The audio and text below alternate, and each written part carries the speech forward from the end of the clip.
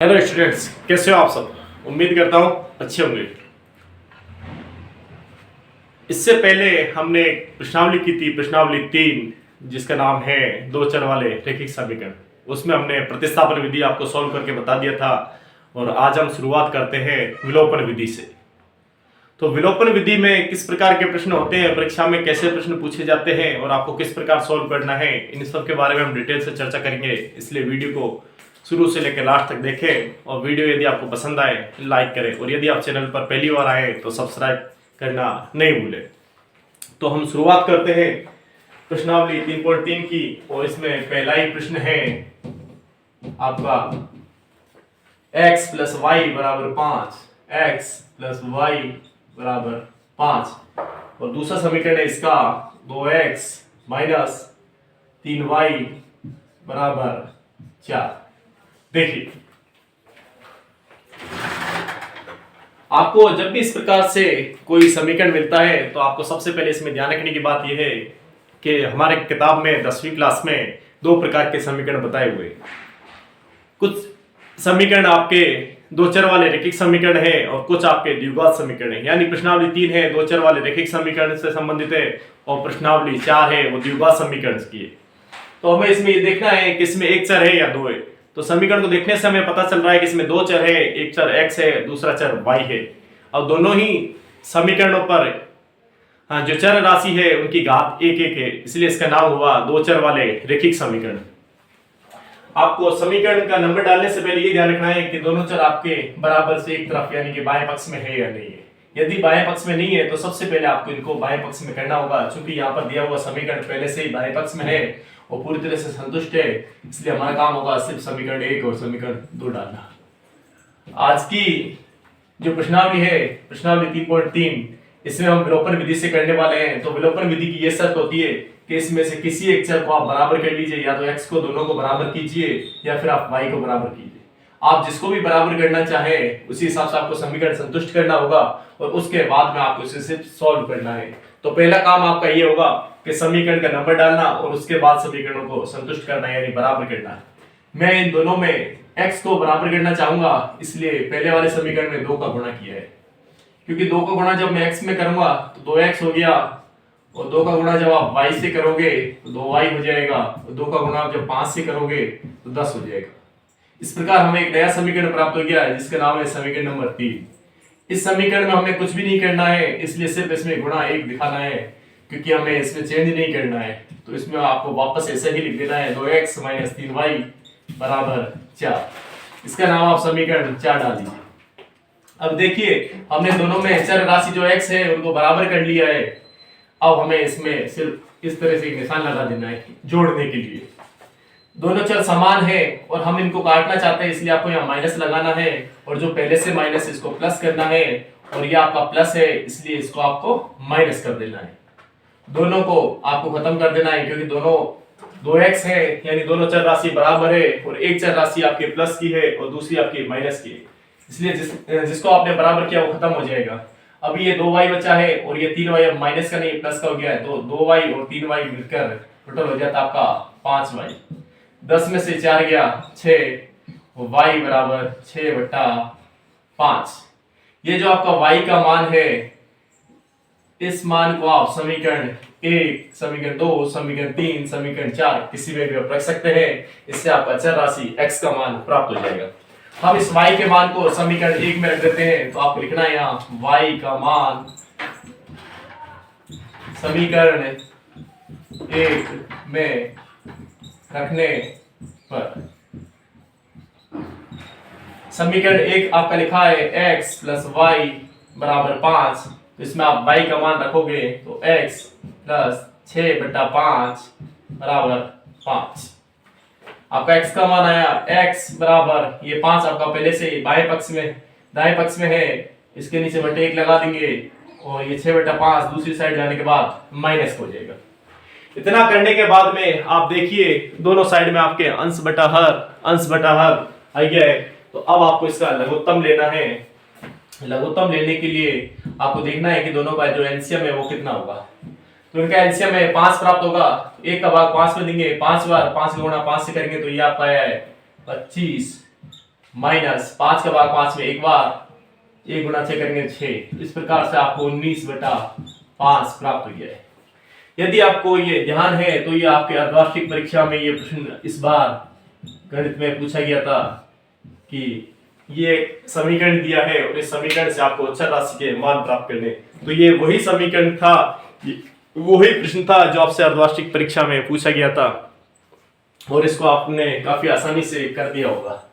तो विलोपन विधि उम्मीद है आपको समझ में आ गई होगी। अभी इसमें बाकी के प्रश्न और हैं जिनको हम फटाफट सोल्व कर लेते हैं और कुछ प्रश्नों को आप भी करके देखिए ताकि आपको किसी प्रकार से कोई परेशानी नहीं हो।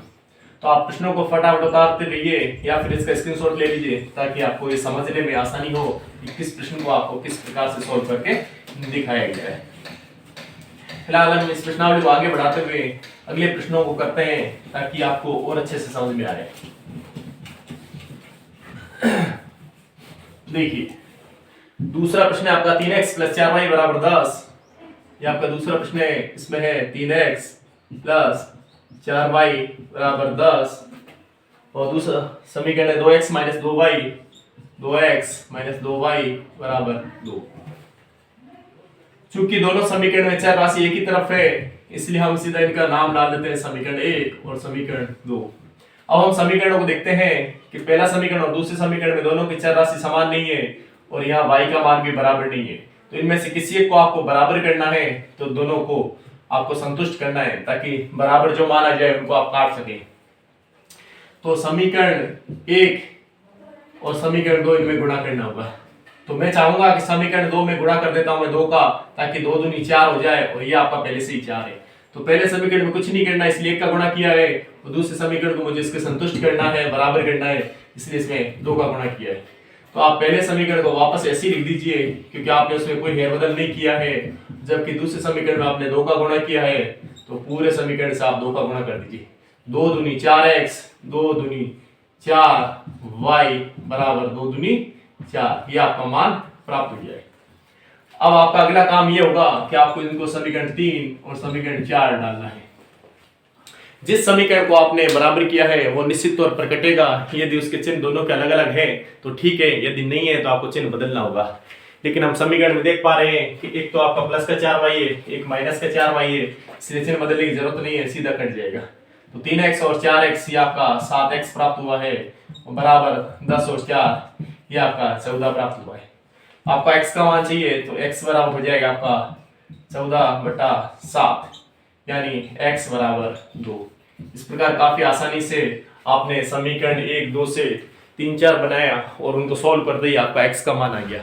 इस x के मान को आप किसी भी समीकरण में रख दीजिए, 1, 2, 3, 4 सभी में आपका मान समान आएगा। हम समीकरण 1 में इसका मान रख देते हैं। आपको लिखना है समीकरण 1 में x का मान रखने पर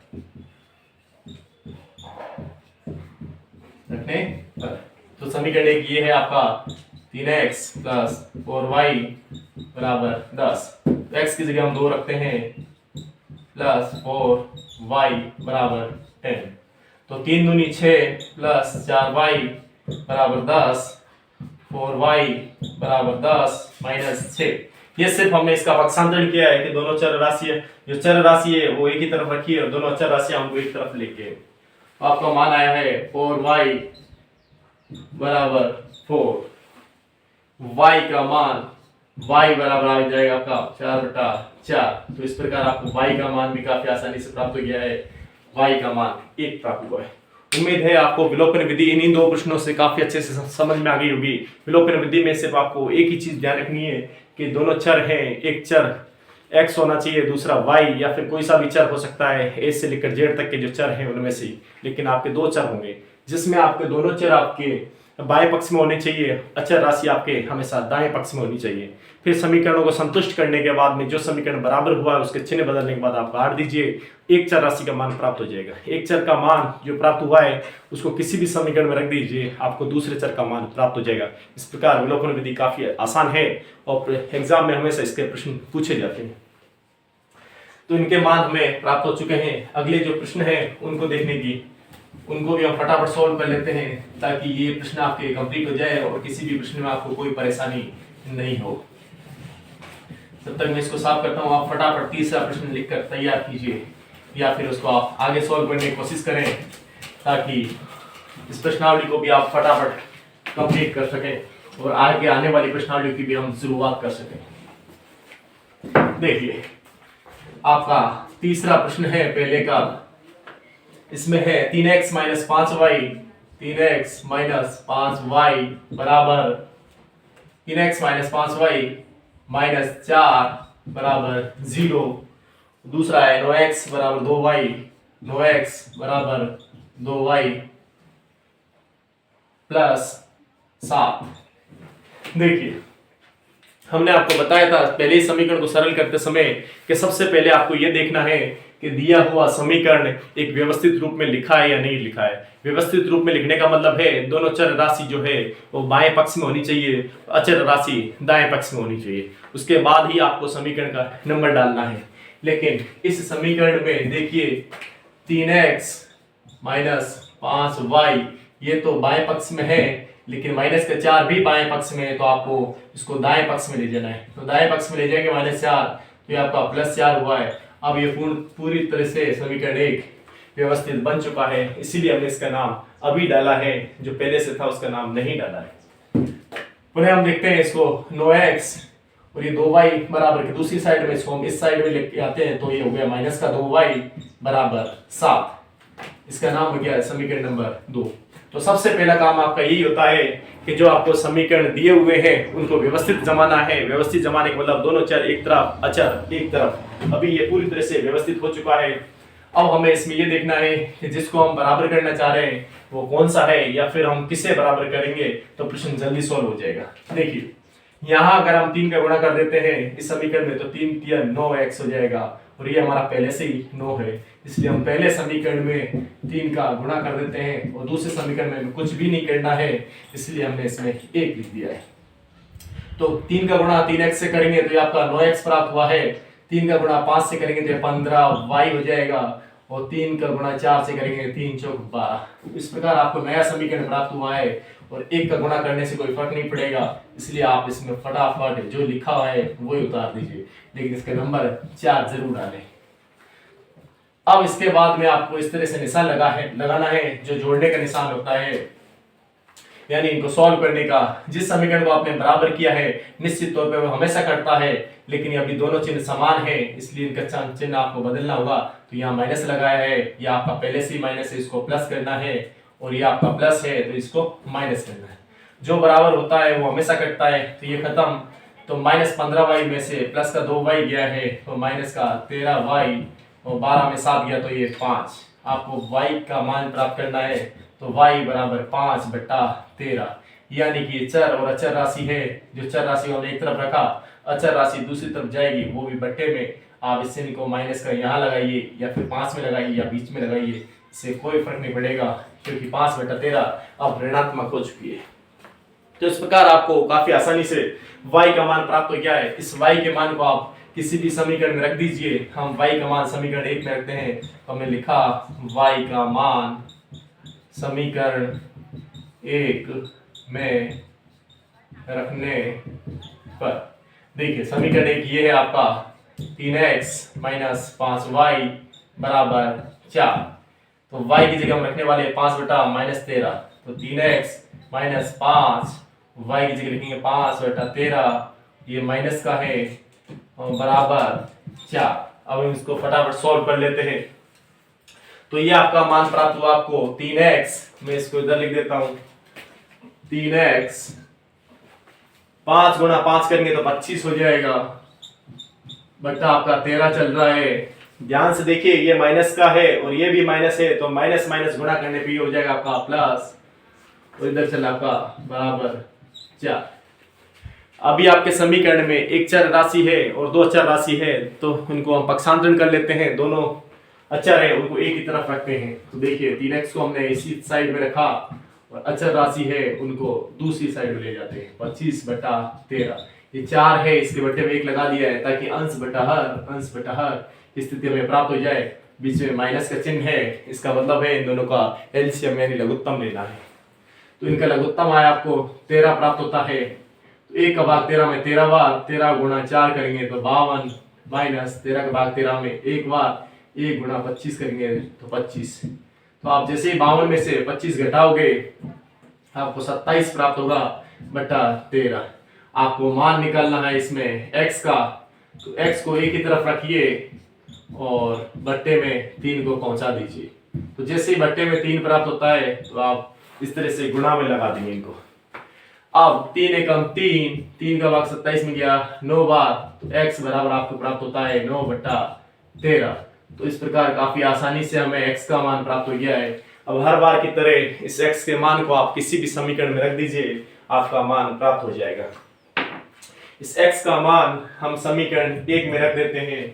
आपको लिखना है, आप किसी में भी रख सकते हैं, समीकरण 1, 2, 3 या 4 में। x का मान समीकरण 1 में रखने पर आपका समीकरण 1 है, आप 3x माइनस 5y बराबर 4, 3x लिए हम लिखते हैं 9 बटा 13 माइनस 5y बराबर 4। इसको हम फटाफट सोल्व कर देते हैं ताकि हमारा y का मान हमें प्राप्त हो जाए।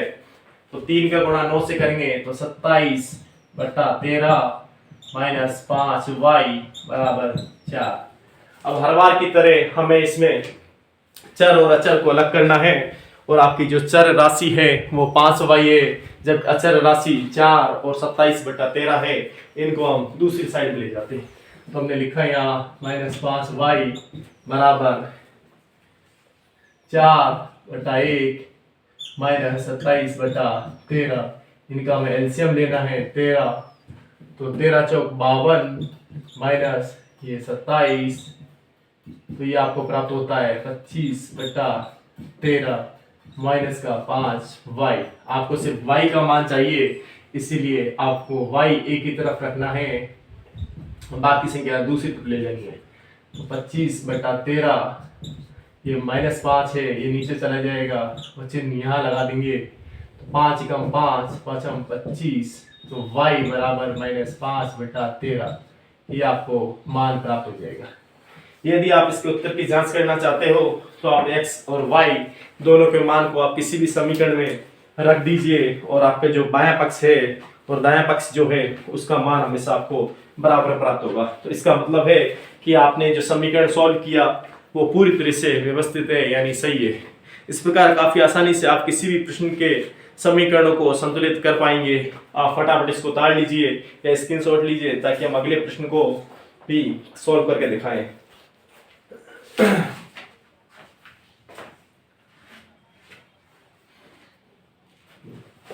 देखिए आपका अगला प्रश्न है चौथा।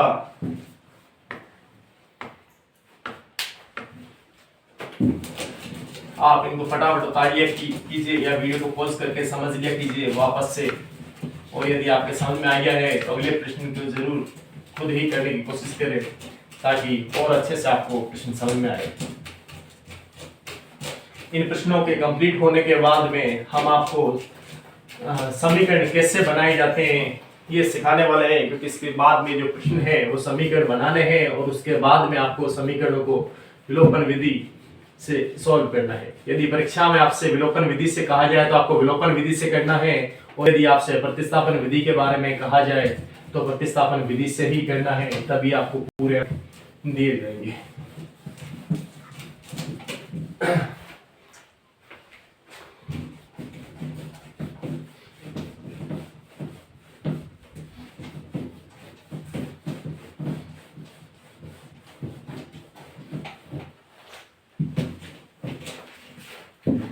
देखिए आपका चौथा प्रश्न इसी प्रश्नावली का है। x बटा 2 प्लस 2y बटा 3, x बटा 2 प्लस 2y बटा 3 बराबर -1, और दूसरा लिखा आपका समीकरण x माइनस y बटा 3 बराबर 3। सबसे पहला अपना काम यह है कि दिया हुआ समीकरण एक व्यवस्थित समीकरण के रूप में बना है या नहीं है। तो अभी हमने देखा कि समीकरण जो दोनों हैं वो दोनों की दोनों अंश बटा हर के रूप में है, यानी कि एक व्यवस्थित नहीं है। इसके लिए हमें पहले इसको लघुत्तम लेके इसको एक सरल रैखिक समीकरण के रूप में बनाना है। तो हम पहले समीकरण को व्यवस्थित और पुनः लिख लेते हैं। 2y/3 बराबर -1। इनका लघुत्तम लेना होगा हमें, तो 2 और 3 का जो लघुत्तम है वो 6 आता है। और आप इस चीज को भली भांति जानते हो, तो आपने 6 किस प्रकार प्राप्त किया है। देखिए 3 दूनी 6, आपका एलसीएम 6 प्राप्त होता है। तो 2 का भाग 6 में दिया 3 बार, 3 गुणा x किया 3x प्लस 3 का भाग 6 में 2 बार, 2 गुणा 2 4y बराबर, ये आपका -1 है। अब अंश बटा हर इसमें बराबर होता है, तो हमेशा वज्र गुणा किया जाता है। तो हम इसका फटाफट वज्र गुणा करते हैं। 1 का गुणा इससे करना है और 6 का गुणा इधर करना है। आपको लिखना है 3x प्लस 4y बराबर -6 और यहाँ डाल देना आपको समीकरण 1, क्योंकि अब हमें पूरी तरह से एक व्यवस्थित रैखिक समीकरण प्राप्त हो चुका है जिसका नंबर हम अब डाल सकते हैं। इसी प्रकार आपको जो दूसरा समीकरण दिया है उसको भी व्यवस्थित बनाना है। उसके लिए आपको x/1 माइनस y/3 बराबर 3, ये वाला इसको वापस लिखना है। इसके बट्टे में कुछ नहीं था, इसलिए हमने इसमें बट्टे में 1 लगा दिया है। इसका लघुत्तम 3 होगा, क्योंकि 1 और 3 का लघुत्तम 3 होता है। 1 का भाग 3 में दिया 3 बार, 3 का गुणा x से करेंगे तो 3x माइनस 3 का भाग 3 में 1 बार, 1 गुणा y यानी y।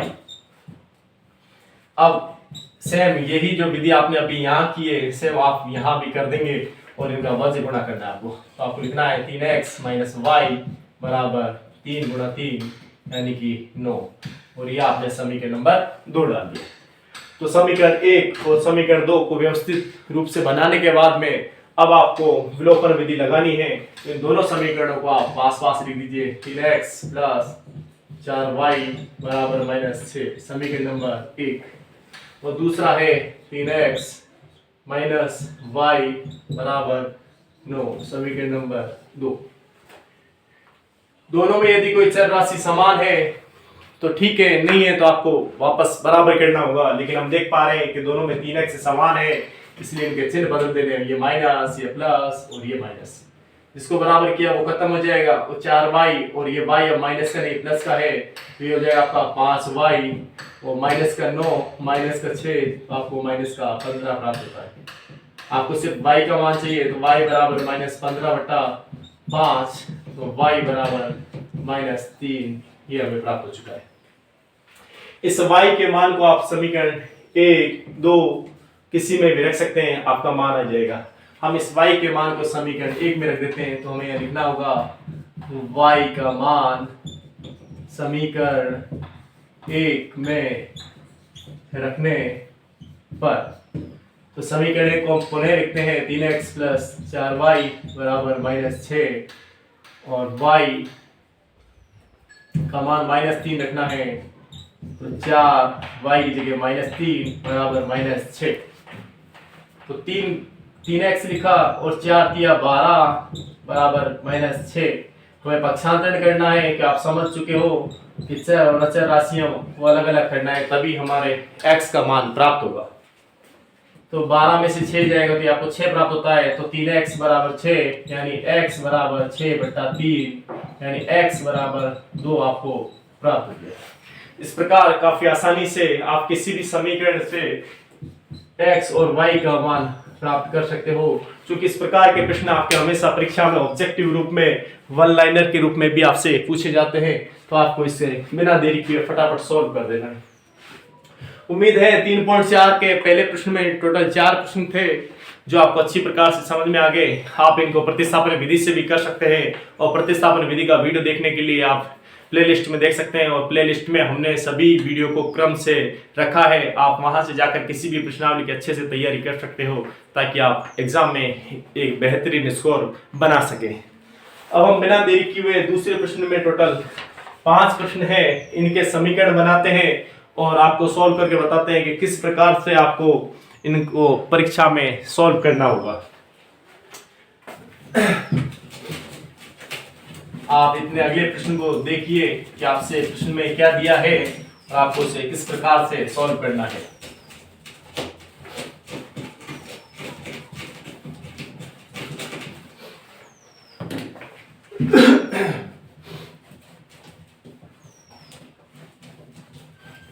इसके बाद में आपको एक वीडियो प्रश्नावली 3.1 से संबंधित डाला जाएगा, जिसमें दो तीन शर्तें हैं, उन शर्तों को कवर किया जाएगा क्योंकि वो परीक्षा में हमेशा पूछी जाती हैं।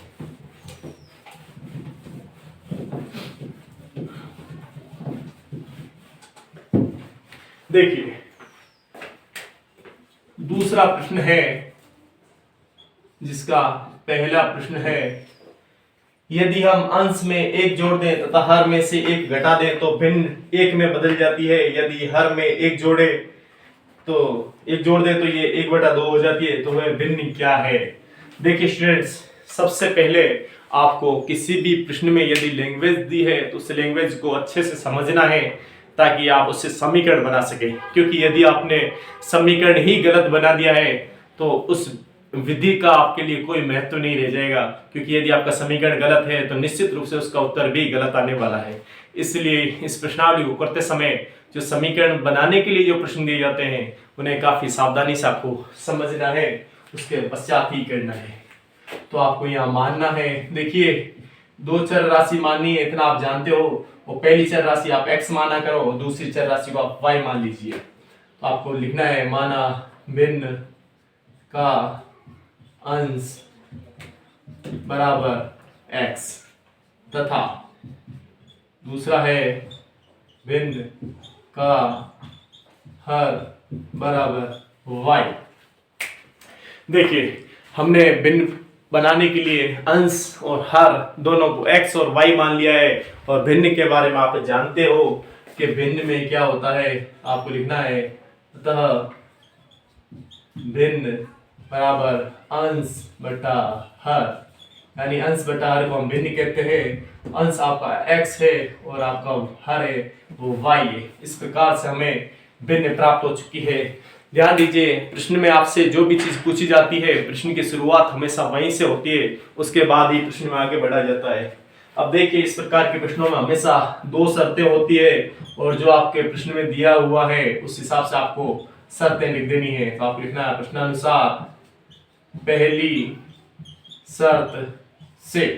तो प्रश्न में आपके दो शर्तें हैं। तो पहली शर्त आपसे कहती है यदि हम अंश में एक जोड़ दें तथा हर में से एक घटा दें। तो देखिए अपनी भिन्न थी x बटा y, इसने कहा है अंश में एक जोड़ दें यानी +1 करना है और हर में से एक घटा दें यानी इसमें -1 करना है। तो हमें भिन्न है एक प्राप्त होती है। एक का मतलब है अंश बटा हर यानी 1/1। ऐसी कंडीशन जब भी आती है तो हम इतनी प्रश्नावलियों को कर चुके हैं, आपको हमेशा बताया है कि बाएं पक्ष और दाएं पक्ष में यदि अंश बटा हर और बीच में बराबर का निशान आता है तो हमेशा वहां पर वज्र गुणा करना है। तो आपको इनका वज्र गुणा करना है। तो 1 का गुणा x + 1 से करने पर x + 1 रहेगा और 1 का गुणा y - 1 से करने पर इसी प्रकार प्राप्त होगा। अगला काम होगा हमारा दोनों चरों को एक तरफ रखना है। तो x आपका पहले से इधर है, y को बराबर से इधर लाने के बाद में ये चिन्ह बदल जाएगा और -1 प्राप्त हुआ। ये आपका -1 पहले से है, इस प्लस के 1 को बराबर के दूसरी साइड ले जाने के बाद इसका भी चिन्ह बदल गया और ये भी आपको -1 प्राप्त हुआ। इस प्रकार x - y बराबर 2 यानी कि समीकरण नंबर 1 आपको प्राप्त हो चुका है।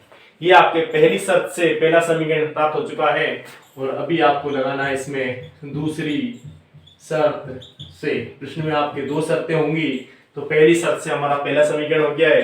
अभी दूसरी शर्त के लिए यदि हर में एक जोड़ दें तो वह 1/2 हो जाती है, यानी कि आपकी जो भिन्न है वो x बटा y है।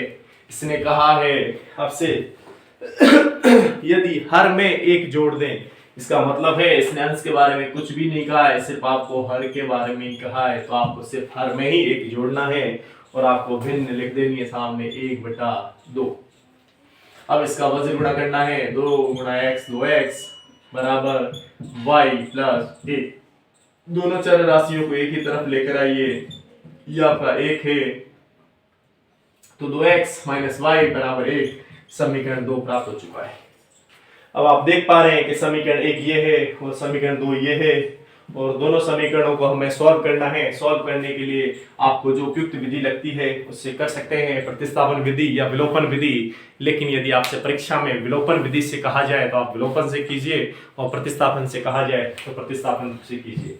तो हमें यहाँ लिखना है समीकरण 1 और समीकरण 2 दोनों को हमें वापस लिखना है। यह आपका 2x - y बराबर 1।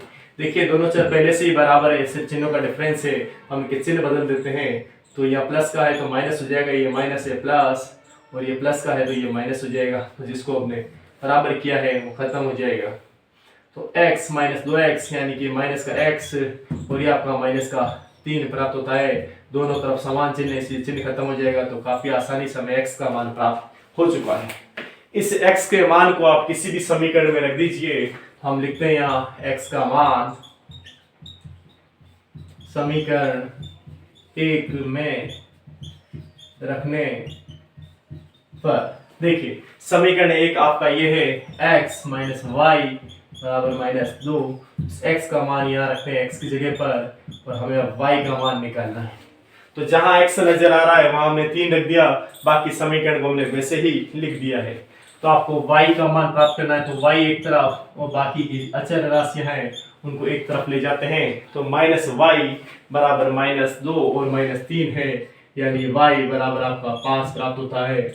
दोनों तरफ आपके चिन्ह माइनस के हैं इसलिए माइनस कट जाएगा, आपको y बराबर 5 प्राप्त हो गया है। आपको हर बार हर प्रश्नावली में बताया गया है कि यदि आपके प्रश्न में लैंग्वेज में प्रश्न दिया है तो आपको उसका आंसर भी हमेशा लैंग्वेज में देना है। यहाँ पर हमने x और y अंश और हर माने थे, अतः आपको लिखना है अतः भिन्न का अंश x बराबर 3 तथा भिन्न का हर y बराबर 5 तथा भिन्न बराबर 3/5 प्राप्त होगी।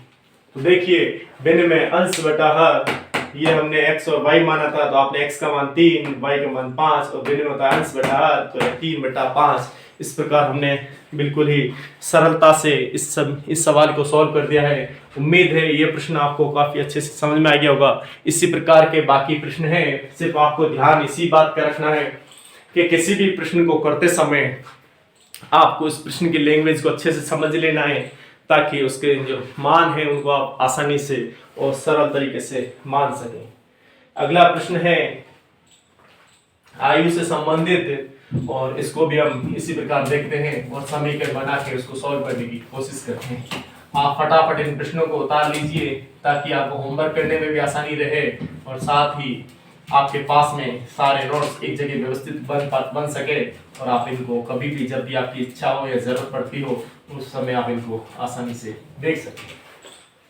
इसके साथ के साथ आप बड़े ध्यान से वीडियो को देखा कीजिए ताकि आपको समीकरण बनाना अच्छे से समझ में आ जाए, क्योंकि इस प्रश्नावली में से हर बार इन समीकरणों को बनाना और समीकरणों को संतुष्ट करना तथा इनके चर राशियों के मान ज्ञात करने के लिए कहा जाता है। इसलिए जो भी चीज आपको समझाई जाए आप उसको नोट डाउन कर लीजिए ताकि आपको परीक्षा में ये काफी मदद मिल सके।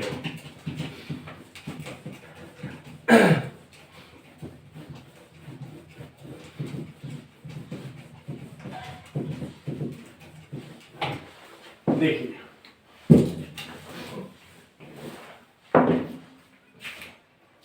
दूसरा प्रश्न है आपका 5 वर्ष पूर्व नूरी की आयु, दो कैंडिडेट है इसमें, आप पहले प्रश्न को ध्यान से सुनिए। 5 वर्ष पूर्व नूरी की आयु सोनू की आयु की 3 गुनी थी, यानी 5 साल पहले नूरी की आयु सोनू की आयु की 3 गुनी थी। तो प्रश्न में आपको इस चीज का पता लगाना बेहद जरूरी है कि जो दो व्यक्ति दिए हैं या दो कैंडिडेट हैं उनमें कौन बड़ा है कौन छोटा है। इस चीज का आपको अंदाजा प्रश्न को पढ़ने से लग जाता है। 10 वर्ष पश्चात नूरी की आयु सोनू की आयु की 2 गुनी हो जाएगी और नूरी और सोनू की आपकी आयु ज्ञात करनी है। तो जो चीज आपको ज्ञात करने के लिए दिया जाता है आपको शुरुआत हमेशा वहीं से करनी होती है। इस चीज का आप ध्यान रखिए। आपको लिखना है माना नूरी की वर्तमान आयु बराबर x वर्ष। आपको बता दिया गया है कि जो भी दो वैल्यू या फिर दो कैंडिडेट दिए जाते हैं उनमें से किसी को x मानिए और दूसरे को y मानिए। तो पहला कैंडिडेट अपना नूरी है और दूसरा कैंडिडेट अपने पास सोनू है। तो आपको लिखना है इसी प्रकार सोनू की जो वर्तमान आयु है वो y वर्ष है। इस लाइन का मतलब है ऊपर वाली लाइन को वापस ऐसा ही लिख दिया है, सोनू की वर्तमान आयु बराबर y वर्ष। अब आपके प्रश्न में निश्चित रूप से आपको दो शर्तें मिलेंगी, तो आपको लिखना है पहली शर्त से, और पहली शर्त में आपसे कहा गया है 5 वर्ष पूर्व नूरी की आयु, यानी आपको लिखना है 5 वर्ष पूर्व। आपको पहली कंडीशन लगानी है 5 साल पहले की, तो एक तरफ आपको लिख देना है नूरी और दूसरी तरफ लिखना है आपको सोनू। नूरी की आयु को हमने x माना है और सोनू की आयु को हमने y माना है, और यहाँ लिखा है 5 वर्ष पूर्व, इसका मतलब है जो आयु दी हुई है x उसमें से 5 घटाना है। पूर्व का मतलब हमेशा घटाना होता है, जैसे मान लीजिए आपकी उम्र अभी 15 वर्ष है, तो 5 वर्ष पूर्व, तो 5 वर्ष पूर्व आपकी आयु 10 वर्ष रही होगी, यानी आपकी आयु में 5 घटाना है। तो इसमें दोनों पक्षों में से आपको 5-5 घटा देना है। फिर आपको प्रश्न पढ़ना है और इसमें क्या कहा है वो देखना है। आपके प्रश्न में कहा है 5 वर्ष पूर्व नूरी की आयु सोनू की आयु की 3 गुनी थी, यानी नूरी सोनू से 3 गुनी थी। और हमने इनको इस तरह से लिखने का कारण है, हम इन दोनों समीकरणों को बराबर करना चाहते हैं, संतुष्ट करना चाहते हैं। संतुष्ट करने के लिए बीच में बराबर का निशान लगाया जाता है, और जो छोटी संख्या होती है या फिर जो छोटी आयु होती है उधर इस तरह से गुणा किया जाता है ताकि दोनों पक्ष से बराबर हो जाए। चूंकि यहाँ नूरी है वो सोनू से 3 गुनी है, तो हम यदि सोनू की तरफ 3 का गुणा कर देंगे तो अभी दोनों की जो आयु है वो बराबर हो चुकी है, और इसी प्रकार हम समीकरण प्राप्त करना चाहते थे। आपको ध्यान रखना है हमेशा गुणा है छोटी संख्या की तरफ करना है ताकि आपका समीकरण संतुष्ट हो जाए और बायां पक्ष और दायां पक्ष दोनों बराबर हो। तो आपको लिखना है x - 5 बराबर 3 × y यानी 3y, 3 × 5 यानी 15। अब आपको पक्षांतरण करना है, तो चर यहाँ 3y को इधर लेके आए, -3y, ये माइनस का 15 है, -5 दूसरी तरफ जाने के बाद प्लस का हो जाएगा, x - 3y बराबर -10, समीकरण नंबर 1। इस प्रकार काफी आसानी से हमें समीकरण 1 प्राप्त हो गया है, और समीकरण 1 नंबर आपको तब डालना है जब दोनों चर राशि एक ही तरफ हो और अचर राशि एक तरफ हो। अब आपकी पहली शर्त से पहला समीकरण प्राप्त हो गया है, लेकिन अभी आपको दूसरी शर्त से दूसरा समीकरण भी प्राप्त करना है, और हमें पता है इस प्रकार के प्रश्नों में हमेशा 2 समीकरण होते हैं और उनसे 2 शर्तें होती है। तो दूसरी शर्त में कहा है 10 वर्ष पश्चात, तो 10 वर्ष पश्चात का मतलब होता है जो भी आयु दी है उसमें आपको जोड़ना है। तो इधर लिखा नूरी, इधर लिखा सोनू, हमें पता है नूरी की आयु को हमने x माना है, सोनू को y माना है, और 10 वर्ष पश्चात कहा है। देखिए जब भी पूर्व कहा जाए तो माइनस कर दीजिए, और जब भी पश्चात कहा जाए यानी बाद में कहा जाए तो प्लस कर दीजिए। अभी आपकी वर्तमान आयु 15 वर्ष है, तो 10 वर्ष पश्चात यानी कि आप में 15 + 10 यानी 25 के हो जाओगे। इसी प्रकार आपको दोनों साइड में आप प्लस के 10 करना है और आगे प्रश्न को पढ़ना है। आगे प्रश्न में कहा है 10 वर्ष पश्चात नूरी की आयु सोनू की आयु की 2 गुनी हो जाएगी, यानी जो ये नूरी है इससे दुगुनी बड़ी हो जाएगी। तो आपको इसको समीकरण को बराबर करने के लिए छोटी की तरफ 2 का गुणा करना है।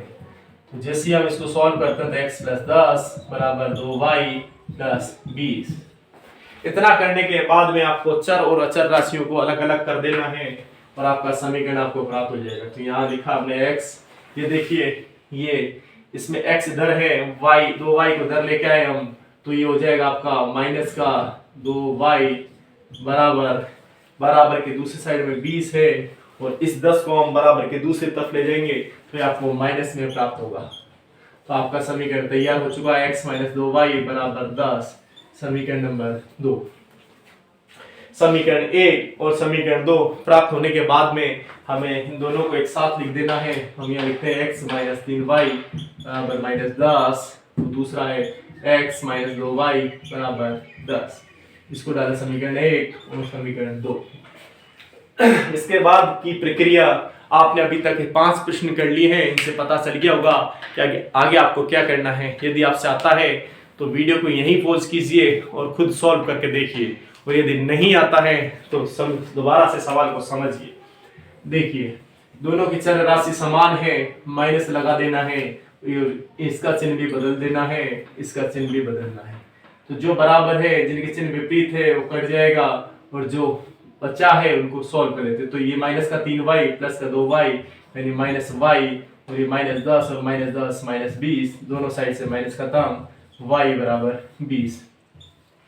आप ध्यान दीजिए, हमने दो कैंडिडेट माने हैं जिसमें से एक का मान आपको y बराबर 20 प्राप्त हो चुका है, यानी सोनू को आयु प्राप्त हो चुकी है। लेकिन हमारा प्रश्न अभी खत्म नहीं होता है, हमें x का मान भी ज्ञात करना है। तो इस y के मान को किसी भी समीकरण में लिख देना है, 1 या 2 में। तो हम लिख देते हैं y का मान समीकरण 1 में रखने पर, तो समीकरण 1 है हमारा x - 3y बराबर -10। तो y का मान यहाँ रखेंगे, तो x - 3 y की जगह 20 बराबर -10, x माइनस का 60 बराबर -10, तो -60 दूसरी तरफ जाएगा तो ये हो जाएगा आपका प्लस का 60, तो x बराबर आपका 50 प्राप्त होता है। हमारे प्रश्न में पूछा गया था कि x और y का मान प्राप्त कीजिए, यानी नूरी और सोनू की वर्तमान आयु कितनी है या उनकी आयु कितनी है। आपको हमेशा बताया है, आपका प्रश्न यदि लैंग्वेज में पूछा गया है तो उसका आंसर हमेशा लैंग्वेज में दिया करो, वरना आपका आधा नंबर काट लिया जाएगा। तो आपको अब लास्ट में लिखना है, अतः नूरी की वर्तमान आयु, देख लीजिए ध्यान से, आपको लिखना है अतः नूरी की वर्तमान आयु बराबर x बराबर 50 वर्ष तथा सोनू की वर्तमान आयु y बराबर 20 वर्ष। यानी पूरा लैंग्वेज में लिखने के बाद आपका प्रश्न खत्म होता है, उसी के साथ में आपको पूरे अंक प्रदान कर दी जाएंगे या दिए जाएंगे। उम्मीद है ये प्रश्न भी आपको काफी आसानी से और सरलता से समझ में आ गया होगा। अभी इसमें 2-3 प्रश्न और हैं, उनको भी हम फटाफट सॉल्व कर लेते हैं। फिलहाल हम चौथा प्रश्न कर उसका समीकरण बनाकर आप तक छोड़ देते हैं, ताकि आगे के प्रश्न को आप सॉल्व कर सके। तो अब आगे जो भी प्रश्न होंगे उनके सिर्फ हम समीकरण बना के छोड़ देंगे, क्योंकि आपने विलोपन विधि को लगाना तो अच्छी प्रकार से समझ ही लिया है। कुछ प्रश्नों को आप भी करके देखिए, वरना सीधे सिर्फ देखने से ही अच्छे से कोई समझ नहीं पाता है। तो आपका भी साथ साथ रेस्पॉन्सिबिलिटी बनती है कि जो प्रश्न आपको समझाया गया है उसको वापस करके देखिए। तो फिलहाल जो 2 सरल प्रश्न हैं उनके समीकरण में फटाफट बना देता हूं, ताकि आपको इनको सॉल्व करने में किसी प्रकार की कोई दिक्कत या समस्या नहीं हो।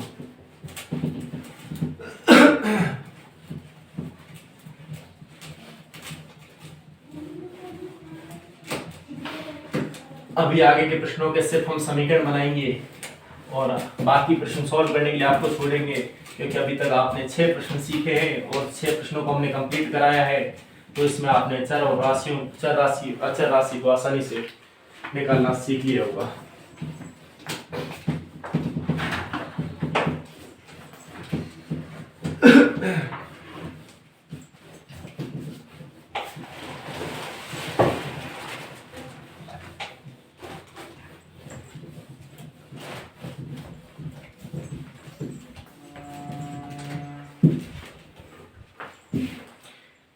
देखिए दूसरे का चौथा प्रश्न पहले कराएंगे। इसमें कहा है मीना 2000 रुपए निकालने के लिए बैंक गई है, उसने खजांची से 50 रुपए और 100 रुपए के नोट देने के लिए कहा है। मीना ने कुल 25 नोट प्राप्त किए, ज्ञात कीजिए उसने 50 और 100 रुपए के कितने नोट प्राप्त किए होंगे। देखिए स्टूडेंट्स, आपको इतना तो पता ही है कि ये 2 चर वाले रैखिक समीकरण चल रहे हैं और इसमें आपको 2 चर मानने हैं। किसी एक को x मानना है, किसी एक को y, यानी पहले वाले को x मान लीजिए, दूसरे वाले को y मान लीजिए। और इस प्रश्न में 2 शर्तें हैं, दोनों में से पहली शर्त और दूसरी शर्त बनाने के बाद में आपको सिर्फ समीकरण संतुष्ट करके इनको सॉल्व करना है और आपके x और y के मान प्राप्त हो जाएंगे।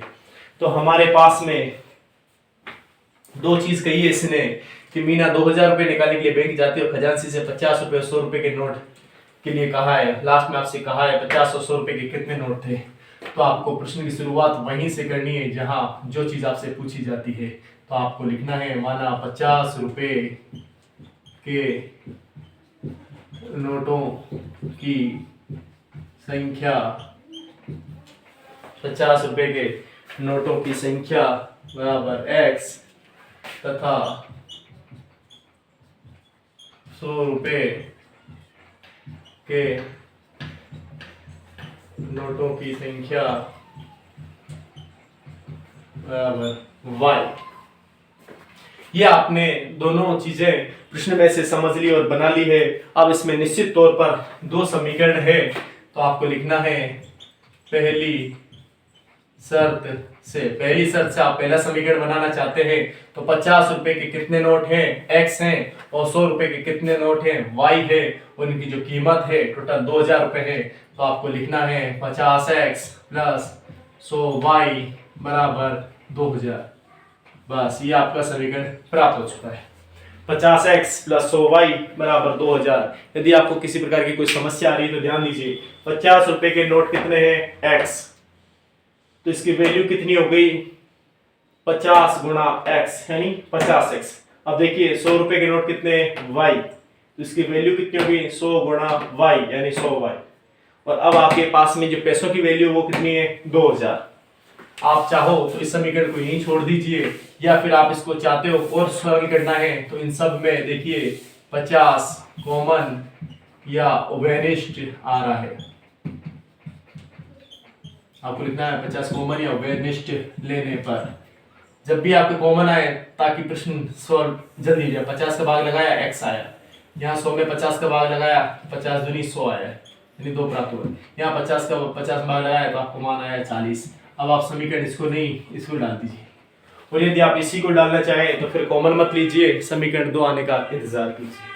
तो हमने इसको समीकरण 1 इसका नाम दिया है कॉमन लेने के बाद। अभी आपके प्रश्न में दूसरी शर्त भी दी है, और दूसरी शर्त में कहा है कि उस मीना जो 50 और 100 रुपए के नोट लेकर आई है उनकी संख्या कितनी थी।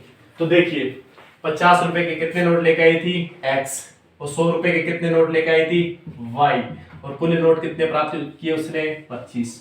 बस जैसा प्रश्न कह रहा है आपको सिर्फ और सिर्फ आपकी किताब में ध्यान रखना है, और जैसा कहता जा रहा है उस हिसाब से समीकरण बना देना है।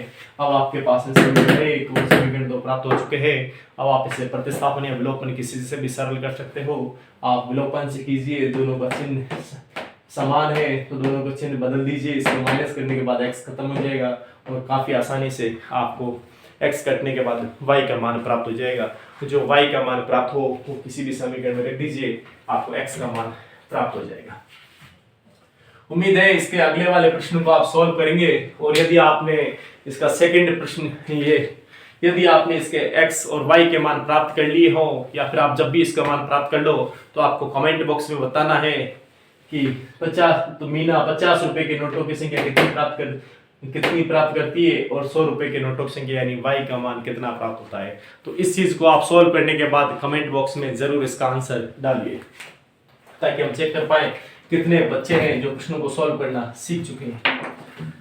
अब इस प्रश्नावली का अंतिम प्रश्न यानी 5वां बाकी है। इसमें लिखा है किराए पर पुस्तक देने वाली किसी पुस्तकालय का प्रथम 3 दिनों का नियत किराया है।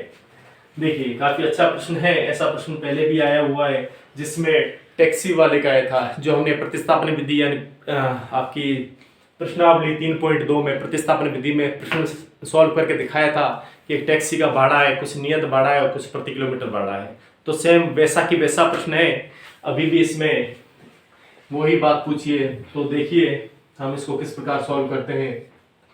इसमें कहा है किराए पर पुस्तक देने वाली किसी पुस्तकालय का प्रथम 3 दिनों का नियत किराया है, और उसके बाद प्रत्येक अतिरिक्त दिन का अलग किराया है। सर इतना 7 दिनों तक एक पुस्तक रखने के लिए 27 रुपये दिए, जबकि सुशी ने पुस्तक 5 दिनों तक रखने के लिए 21 रुपये अदा किए, तो नियत किराया और प्रत्येक अतिरिक्त दिन का किराया ज्ञात कीजिए। तो आपको प्रश्न में ज्यादा दिमाग नहीं लड़ाना है, जो चीज आपसे पूछी जाती है सबसे पहले आप वो चीज शुरुआत कर दीजिए ताकि आपका प्रश्न सॉल्व होने लग जाए। तो आपको लिखना है, देखिए प्रश्न में आपसे यही पूछा है, माना कि नियत किराया कितना है, तो आपको लिखना है माना नियत किराया बराबर x रुपए। अब आपसे कहा है प्रतिदिन का किराया कितना है, तो आपको लिखना है प्रतिदिन किराया यानी एक दिन का किराया जो है वो y रुपए है। बस इन चीजों को लिखने के बाद में आपके पास में 2 शर्तें हैं, उन दोनों शर्तों से आपको 2 समीकरण बनाने हैं। तो ये पहली शर्त है, और यहाँ हम दूसरी शर्त भी लिख देते हैं। तो जो 2 शर्तें हैं उन दोनों शर्तों से हमें सिर्फ 2 समीकरण बनाने हैं, और समीकरण बनने के पश्चात उनका समीकरण 1 और समीकरण 2 ये नाम आपको लिख देते हैं। तो देखिए आपके इसमें कहा है कि सरिता ने 7 दिनों तक पुस्तक रखने के लिए 27 रुपए दिए। ध्यान दीजिए यहाँ मैं आपको समझाऊंगा फिर इसको मिटा दूंगा। 7 दिन तक किताब रखी है, कितने दिन? 7 दिन। और उसने कितने रुपए चुकाए? 27 रुपए चुकाए। और दूसरा कैंडिडेट है आपका सुशी, उसने 5 दिनों तक 21 रुपए दिए, यानी 5 दिन के उसने 21 रुपए दिए। अब आपको प्रश्न गौर से पढ़ने की जरूरत है कि ये 7 दिन कैसे बने हैं। ये 7 दिन बने आपके 3 + 4 बराबर 7 दिन, 27 रुपए। और ये 5 दिन बने आपको 3 + 2 बराबर 21 रुपए। अब आप समझ रहे होंगे या सोच रहे होंगे कि इनको 3 + 4 क्यों लिखा है, इनको 5 + 2 क्यों नहीं लिखा है, 1 + 6 क्यों नहीं लिखा है, 0 + 7 क्यों नहीं लिखा है। तो देखिए गौर करने की बात यह है कि 3 दिन का किराया नियत है, इसलिए हमने 3 अलग किया है। 3 के अलावा बचे 4 दिन, तो 3 और 4 7, और ये टोटल रुपए है 27। अब यहाँ 5 दिन में कितने दिन नियत है? 3 दिन। तो आपके कितने कितने दिन बाकी रह गए? 2 दिन।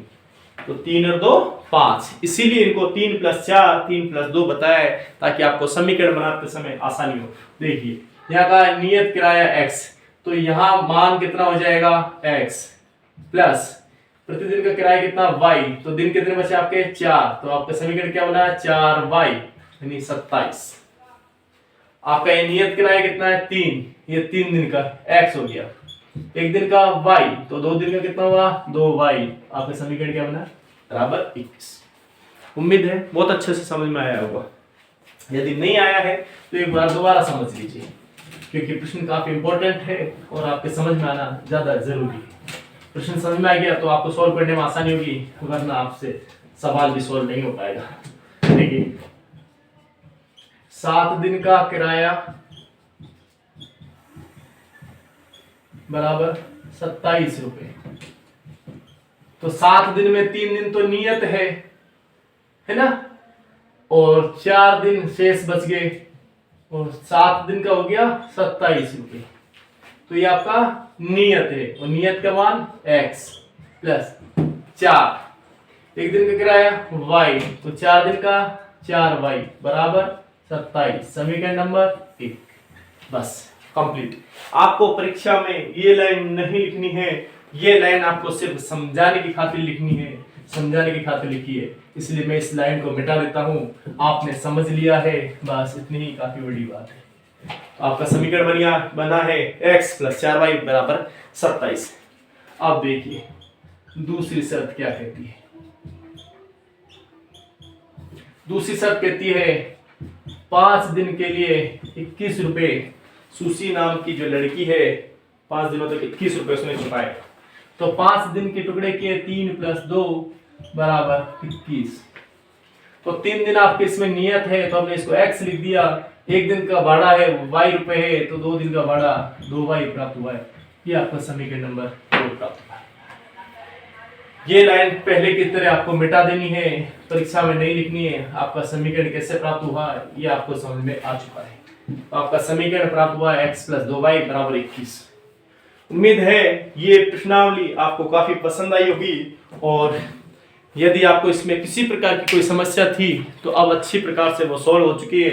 हमने इन दोनों प्रश्नों को सिर्फ समीकरण बना के इसलिए छोड़ा है कि 5-5 प्रश्न बताने के बाद में आपको 2 प्रश्न तो कम से कम खुद सॉल्व करके देखना है, और दोनों में आपके जितने भी x और y है इनके मान प्राप्त होने के बाद आप कमेंट में प्रश्न संख्या डालकर बताना कि प्रश्न संख्या 5 में आपका x का मान कितना प्राप्त हुआ है और y का मान कितना प्राप्त हुआ है। इसी प्रकार आपको कमेंट में बताना है कि प्रश्न संख्या 4 में आपको x और y का मान कितना प्राप्त हुआ है। इसी के साथ में आपकी ये प्रश्नावली कंप्लीट होती है। बहुत अच्छे से आपने इस वीडियो को देखा है, तो निश्चित रूप से आपको विलोपन विधि में अब 10वीं क्लास में कभी कोई परेशानी नहीं होने वाली है। और इस प्रश्नावली को आप ये समझिए कि इसमें से जो भी प्रश्न परीक्षा में आएगा उसको आप 100% कर देंगे। इसी प्रकार से हमने हर एक प्रश्नावली का वीडियो बना रखा है, आप प्लेलिस्ट में जाकर उनको चेक कर सकते हैं। साथ ही साथ देखकर आप उनको बहुत अच्छे से तैयारी कर सकते हैं। हम बार बार मॉडल पेपर्स और टेस्ट पेपर भी लाते रहते हैं, उनको भी आप देखते रहें ताकि आपको एक तैयारी एक मजबूती के साथ में हो सके। आज के लिए इतना काफ़ी है। वीडियो देखने के लिए धन्यवाद।